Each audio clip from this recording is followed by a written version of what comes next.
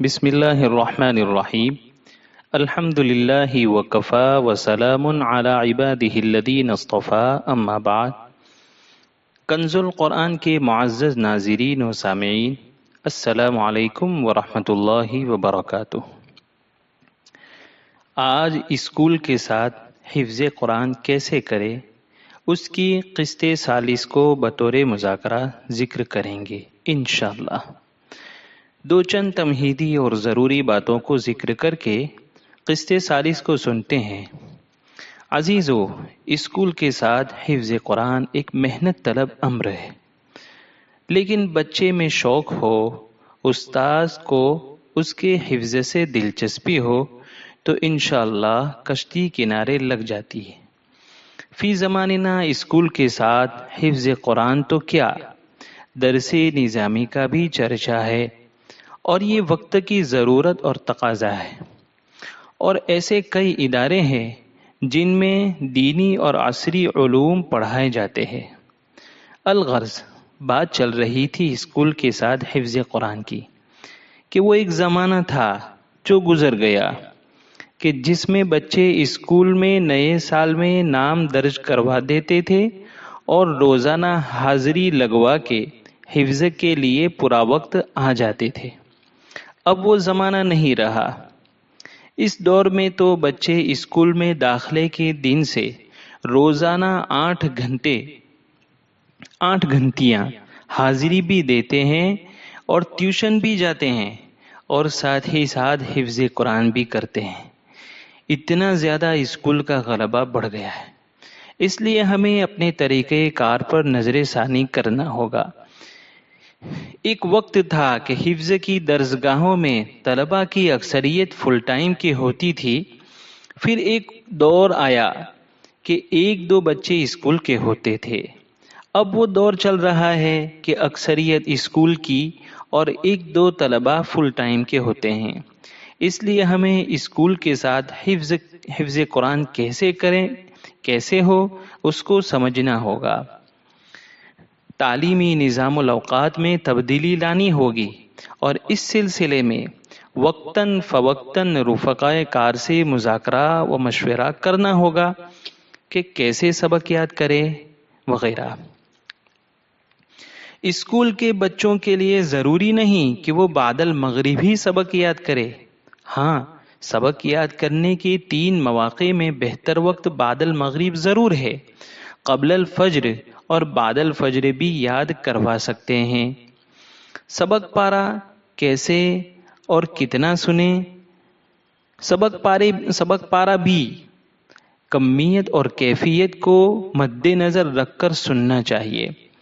کئی احباب نے تبادلہ خیالات میں بتلایا کہ اسکول کے بچوں کا سبق پارا، پاؤ پارا اور اوپر 3 اسباق کا سنتے ہیں۔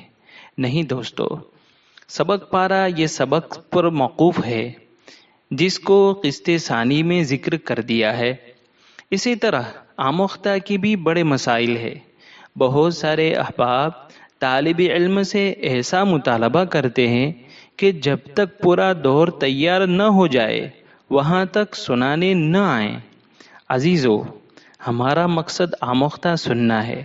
اسکول کا بچہ آموختہ سناتا ہے، وہی غنیمت ہے۔ کئی درسگاہوں میں سبق اور سبق پارا ہی چلتا ہے، آموختہ کی کوئی فکر نہیں کی جاتی ہے۔ تو دوسری جانب بعض درسگاہوں میں حضرات اساتذہ کرام سبق پارا اور آموختہ کی بڑی فکر رکھتے ہیں۔ طالب علم اسکول کا ہے، کیا ہے، کچھ نہیں، آموختہ لاؤ، جب تک نہیں سناؤ گے سبق نہیں۔ چاہے سبق یاد کرنے کی اوقات ہاتھ سے نکل جائے یا دوسرے دن کا نظام الاوقات شروع ہو جائے، بس اپنی ضد پر اڑے رہتے ہیں۔ بسا اوقات ہماری اس ضد کی وجہ سے طالب علم کبھی تو درسگاہ تو کبھی حفظ کرنا ہی چھوڑ دیتا ہے۔ اسکول کے بچوں کے معاملے میں افراط و تفریط سے بچنا چاہیے۔ ان کو چلانا سیکھیں، سمجھیں۔ دیہات کی درسگاہوں میں تو مکمل اسکول کے طلباء ہیں، لیکن فی زماننا دارالاقامہ کے طلباء بھی اسکول کے ساتھ حفظ کرتے ہیں، لہذا اس نظام کو سمجھنا ہوگا، یہ وقت کا تقاضا ہے، ورنہ حفظ کی لائن میں ہمیں نااہل اور کمزور سمجھا جائے گا۔ خیر، تمہیدی بات نے طول پکڑ لیا، اب ہم قسط ثالث اور آخری قسط کو سنتے ہیں کہ گجراتی اسکول کے ساتھ حفظ کرنے والے طلباء کا نظام الاوقات کیا ہے۔ عزیزو، سب سے پہلے ہم یہ جانتے ہیں کہ یہ طلباء حفظ کے لیے کتنا وقت دیتے ہیں۔ گجراتی اسکول جانے والے طلباء چاہے دارالاقامہ کے ہوں یا مقامی ہو، قبل الفجر حاضری دے سکتے ہیں، اسی طرح بعد الفجر آ جاتے ہیں اور تقریباً 9 سے 10 بجے تک حاضری دیتے ہیں، اور ان 3 گھنٹوں میں سبق پارا، آموختہ اور نئے سبق کے لیے ناظرہ بھی حل کر لیتے ہیں۔ اسی طرح مغرب سے عشاء تک بھی بعافیت و بآسانی حاضر ہو جاتے ہیں۔ عموماً گجراتی اسکول جانے والے طلباء ہمیں اتنا وقت دیتے ہیں کہ جس میں سبق سے پہلے ناظرہ، سبق پارا اور آموختہ سنا سکتے ہیں، بس ہمیں ان کا نظام الاوقات بنانا ہوتا ہے۔ سب سے پہلے ناظرہ کو سمجھتے ہیں کہ آموختہ سے فارغ ہوتے ہی ان کو اپنی دائیں بائیں جانب بٹھا کر سبق کے لیے ناظرہ حل کروائیں، بعد ازاں پڑھا دیں یا سن لیں، پڑھانا زیادہ بہتر ہے۔ آموختہ کے بعد وقت نہیں رہا تو اب مغرب بعد پہلے ناظرہ حل کرنے کو کہیں، بعد ازاں سننے پر اکتفا کر لیں۔ اس کے بعد طالب علم سبق یاد کرے گا، سبق یاد کرتے وقت اس کے اصول و ضوابط کا پاس و لحاظ کرے۔ سبق یاد کرنے کا طریقہ ہر ایک کے لیے یکساں ہے۔ طریقہ کار کو جاننے کے لیے سبق کیسے یاد کریں، اس کلپ کو سنا جائے۔ اتنی ہی مقدار یاد کریں جتنی مقدار عشاء سے پہلے یاد کر کے ایک مرتبہ پورا سبق استاذ محترم کو سنا بھی دے، تاکہ قبل الفجر باعتماد و بآسانی سنا سکے۔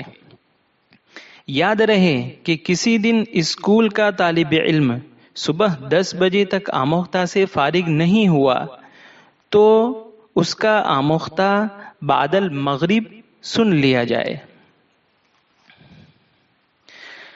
اور اگر آموختہ سناتے سناتے سبق یاد کرنے کا وقت نہیں رہا تب بھی آخری وقت میں ناظرہ حل کروائیں اور ایک مرتبہ ناظرہ سن لیں۔ اگر مقامی ہے تو قبل الفجر آنے کی دعوت دیں۔ قبل الفجر سبق یاد کرنے والے آئے تو ان کو اپنی دائیں بائیں جانب بٹھا کر یاد کروائیں۔ فجر میں جو مقدار یاد ہو جائے، چاہے آدھا صفحہ ہی کیوں نہ ہو، اس کو بعد الفجر سن لیا جائے۔ زیادہ کی حرص میں دوسرے دن کا نظام الاوقات نہ بگاڑیں، اس طرح سبق کا ناغہ ہونے سے بچا لیا جائے۔ اگر طالب علم قبل الفجر سبق یاد کرنے نہیں پہنچ سکا، چاہے کوئی بھی وجہ ہو، تو بعد الفجر بجائے کسی شکوہ شکایت کے سبق پارے میں مشغول کر دیا جائے۔ عزیزو، سبق سے متعلق چند باتیں تھی، ذکر کر دی۔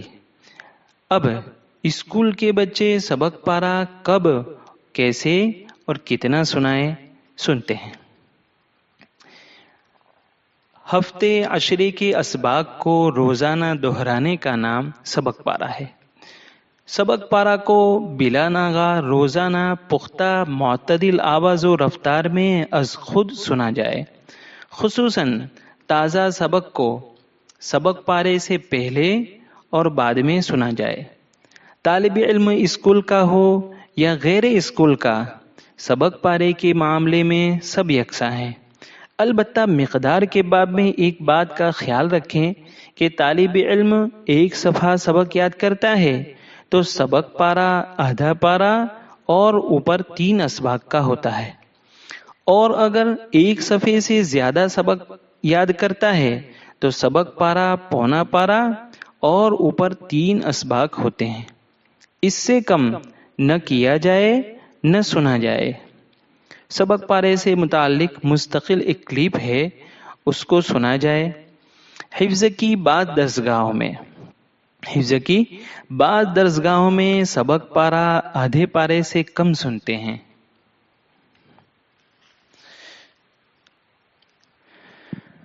ہو سکتا ہے کم سننے کی کوئی وجہ ہوگی، لیکن میرے ذہن میں کم سننے کی وجہ طالب علم کو سبق پارے سے جلدی فارغ کرنے کے سوا اور کوئی وجہ سمجھ میں نہیں آتی ہے۔